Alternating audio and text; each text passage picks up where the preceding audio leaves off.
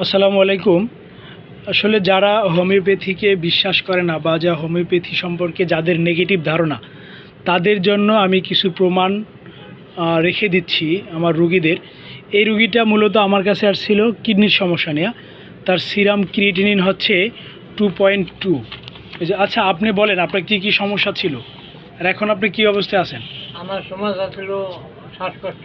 শ্বাসকষ্ট, হ্যাঁ। হাঁটুর সমস্যা ছিল, আচ্ছা, হাঁটু লেগে উঠতেছে না, বইতেছে না। হ্যাঁ, আর কিডনির সমস্যা ছিল। সমস্যা ছিল। আচ্ছা, আমি একটু বলি, আপনার শ্বাসকষ্ট কত বছর ধরে? শ্বাসকষ্ট 4-5 বছর ধরে। আমার এখানে লাইসেন্স 12 বছর কিন্তু। শীতকালে ওইটা দেখা যেত। তাহলে আপনি প্রথম বলছেন 12 বছর হইতে ধরে, পারে। 4-5 বছর বেশি বলতে পারে বেশি 12 বছর ধরে আমার এখানে লেখা আছে কেস টেকিংয়ে, শীত সেখানে হচ্ছে 12 বছর ধরে আপনার শ্বাসকষ্ট শীতকালে দেখা হ্যাঁ। দিতে বেশি। আর সাথে কফ কাশি প্রচুর, প্রচুর আর কষ্ট। শরীর দুর্বল হয়ে যেত আর প্রচুর ঘাম হইতো, এটাই তো। এখন আপনি শ্বাসকষ্ট, কাশি, কফ কি অবস্থা? কম কমে গেছে অনেক। কমে গেছে। আপনি আমার কাছ থেকে 2বার ওষুধ খাইছেন নাকি? হ্যাঁ। 2বার ওষুধ খেয়ে আপনার এটা কমে গেছে নাকি? হুম। আমি আপনাকে ব্রাইনিয়া দিছিলাম। আচ্ছা, যাই হোক। আর আপনার ক্রিয়েটিনিন কত ছিল? কিডনির সমস্যা কেমন ছিল?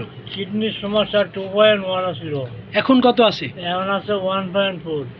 এই যে কিডনির সমস্যা, ক্রিয়েটিনিন নিয়ে অনেকেই টেনশনে থাকেন, অনেকে হতাশায় ভুগেন, অনেকে ডায়ালিসিস করান বা অনেকে বিভিন্ন এলোপ্যাথি ওষুধ খান, কাজ হয় না। কিন্তু দেখেন, এই যে জ্বলন্ত একটা উদাহরণ কিডনির সমস্যা। এই যে ওনার এইখানে আমার কাছে যখন প্রথম আসছে 7/12/2023 সালের ডিসেম্বর মাসের 7 তারিখ 2.2 ক্রিয়েটিনিন ছিল। আর ওনার কিডনির 2 সাইডেই সমস্যা ছিল। এখন আপনি কিডনির পয়েন্ট আসছে কত বলছেন? 1.4। এটা পরীক্ষা করছেন কবে? পরীক্ষা করছি যে কয়েকদিন আগে। 1 সপ্তাহ। হ্যাঁ। তাহলে 1 সপ্তাহ আগে 1.4। ওই যে ডায়াবেটিস মাপছি, হ্যাঁ, তখন ডায়াবেটিস হয়ে গেছিল 44। 44। ওইখানে গেছে আবার সব পরীক্ষা করছে ওরা। আচ্ছা, তখন ক্রিয়েটিনিনটাও পরীক্ষা করছে। হ্যাঁ, সব। আচ্ছা, তো ওনার ক্রিয়েটিনিন কিন্তু আপনার এই যে 2.2 থেকে 1.4-এ নেমে আসছে, অনেকটা কমে গেছে। তারপরে আপনার ব্যথা ছিল, হ্যাঁ। ব্যথা। আপনার রিপোর্টে আসছিল অস্টিও আর্থ্রাইটিস এবং 2 হাঁটুতে ব্যথা। হাঁটু লেগে বইতেছে না, উঠতেছে না। এই ব্যথা আপনার ঠান্ডা দিলে আরাম লাগতো, হ্যাঁ, আর রাত্রে বাড়তো। এখন এই ব্যথা কি অবস্থায় আছে? এখন মোটামুটি ব্যথা খুব একটা নাই, তো সময় সময় ওই বই লেগিয়া হালকা পাতলা বুঝেন। হাঁটু যখন ফটফটে আপনি যদি নিয়মিত ওষুধ খান, এই ব্যথা একদম নাই হয়ে যাবে ইনশাল্লাহ, একদম মিলা যাবে, বুঝছেন? তাহলে আপনার এই যে ক্রিয়েটিনিন কমলো, তারপর হাঁটু ব্যথা কমলো, আপনার শ্বাসকষ্টটাও কমে গেছে। আর আপনি বলছিলেন আপনার শরীরে শীত বেশি, আর আপনার ফ্যামিলিতে বংশে অ্যাজমা আছে, আপনার বংশে অ্যাজমা ছিল। আর আপনার প্রিয় খাবার ছিল ঝাল, টক, লবণ, দুধ আর ডিম, এগুলো আপনি পছন্দ করতেন। মাংস বেশি পছন্দ, মাছও পছন্দ। যাই হোক, আপনার ঘন ঘন প্রস্রাব হইতো, এটা কি অবস্থা? এটা করছে অনেক। এখন কমছে। এখন কয়বার হয়? এখন রাত 3টা বাজে গেলে হ্যাঁ, পরে আর যাচ্ছে না। তখন রাত্রে একবার উঠেন। একবার উঠে গেছে। আর আগে রাতে কয়বার উঠতেন? আগে তো ওই যে ডায়াবেটিস হইয়া খালি পানি খাইতে আমার খালি বসা করতাম। আগে প্রস্রাব ঘন ঘন ছিল, এখন প্রস্রাবটাও কমে গেছে। আর আপনার পায়ে একটা টিউমার ছিল, আপনি ভুলে এটা আবার অপারেশন করছেন। এটা আমাকে জানাইলে, আমি লেখা রাখছিলাম, এটা আমাকে জানাইলে হোমিওপ্যাথিক ওষুধ কিন্তু এটা বের হয়ে যেত পাইকা, বুঝছেন? অপারেশন দরকার হইতো না, কারণ এই ধরনের টুকটাক অনেক টিউমার এই হোমিওপ্যাথিক ওষুধে ভালো হয়। আমার কথা বুঝছেন? যাই হোক, আপনি যা করছেন আমার সাথে যোগাযোগ করেন না, এটা একটা ভুল করছেন। আচ্ছা, আর আপনার গলায় একটা টিউমার ছিল। গলায় ডান সাইডের গলায় একটা শক্ত টিউমার ছিল, এটা কি অবস্থা? না, গলায় টিউমার নেই। হ্যাঁ, গলায় টিউমার হাতে, যে ডান হাতে।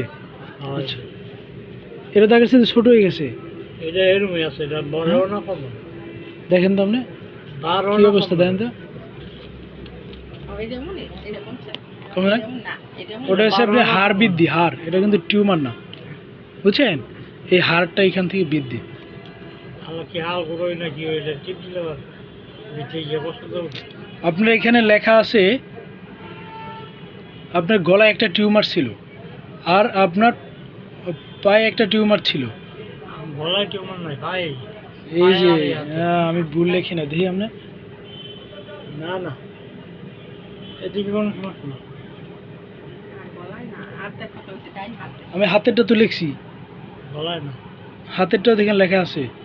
আচ্ছা, তারপরে আপনি ঘুম কম বলছিলেন, ঘুম এখন কি অবস্থা?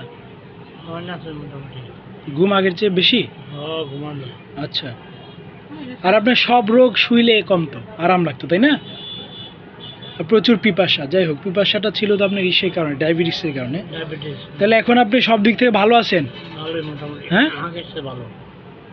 আচ্ছা ঠিক আছে, তাহলে কাশ বাড়ছে। আপনি আর অন্য কোনো ওষুধ খাইবেন না, আপনি বুঝছেন? ভালো মন্দ আমাকে জানাবেন। আর কিছু জ্বর ভাই, রাত্রে জ্বরে। রাতে জ্বর হয় কয়টার দিকে? খাওয়া দাওয়ার পর ওই খাই আছে হুইলে জ্বরে। শুইলে থাকে কয়টা পর্যন্ত? রাত কয়টা পর্যন্ত জ্বরটা বেশি থাকে? 1-2 ঘন্টা থাকবো, পরে আবার কমে যায়? পরে আবার কমে, আবার সকালবেলায় উত্তম বলে দিয়ে শরীর জ্বর। আচ্ছা, এই জ্বরটা কতদিন যাবত? এই জ্বরটা এই 7-8 দিন ধরে বেশি। রাত্রে জ্বরে। রাত্রে খাবার পরে?